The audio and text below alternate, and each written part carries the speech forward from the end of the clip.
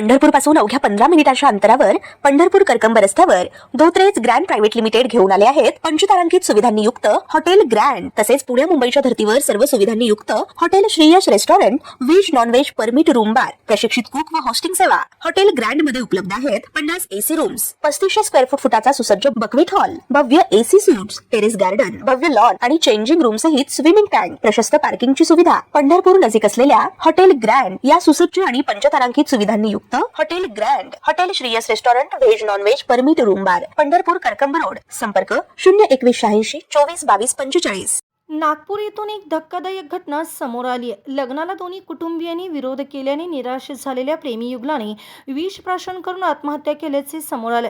उपचारादरम्यान 21 वर्षीय तरुणाचा मृत्यू झाला तर तरुणीची प्रकृती गंभीर झाली आहे।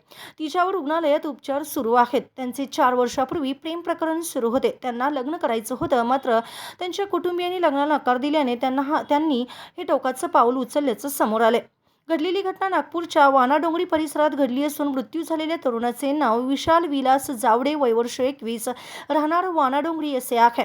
विशाल हा मंडप डेकोरेशनचे काम करत होता, तसेच ऑटो रिक्षाही चालवत होता। गेल्या 4 वर्षापासून त्याचे त्याच परिसरात राहणाऱ्या 20 वर्षीय तरुणीसोबत प्रेम संबंध होते। दोघांनाही लग्न करायचं होतं आणि त्यांनी आपल्या कुटुंबियांना ही बाब सांगितली होती, मात्र दोन्ही कुटुंबियांनी लग्नाला विरोध केला।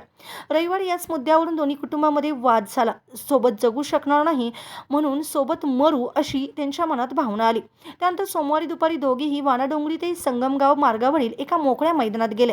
तिथे त्यांनी सोबत आणलेले विषारी द्रव्य प्राशन केले। विषाचे प्रमाण जास्त असल्याने विशालची प्रकृती घटनास्थळी गंभीर झाली। हे रस्त्याने जाणाऱ्या लोकांना दिसले। त्यानंतर नागरिकांनी तातडीने दोघांना शालिनीताई मेघे रुग्णालयात दाखल केलं। रात्री सुमारे 11 वाजण्याच्या सुमारास उपचारादरम्यान विशालचा मृत्यू झाला, तर तरुणीची प्रकृती गंभीर आहे। तिच्यावर उपचार सुरू आहेत। या प्रकरणाचा पुढील तपास MIDC पोलीस करत आहेत। या घटनेने वानाडोंगरी परिसरात तीव्र हळहळ व्यक्त केली जाते। घटनेची माहिती मिळताच MIDC पोलिसांनी रुग्णालयात धाव घेत पंचनामा व इतर कायदेशीर प्रक्रिया पूर्ण केल्या। विशालचा मृतदेह शवविच्छेदनासाठी पाठवण्यात आला असून या प्रकरणी अकस्मात मृत्यूची नोंद करण्यात आली। या घटनेने वानाडोंगरी परिसरात तीव्र हळहळ व्यक्त केली जाते। ताज्या घडामोडी पाहण्यासाठी आमच्या YouTube चॅनलवरील PVR म्हणजेच पंढरी वार्ता या न्यूजला सबस्क्राइब करा आणि शेजारील बेल आयकॉनवर क्लिक करा।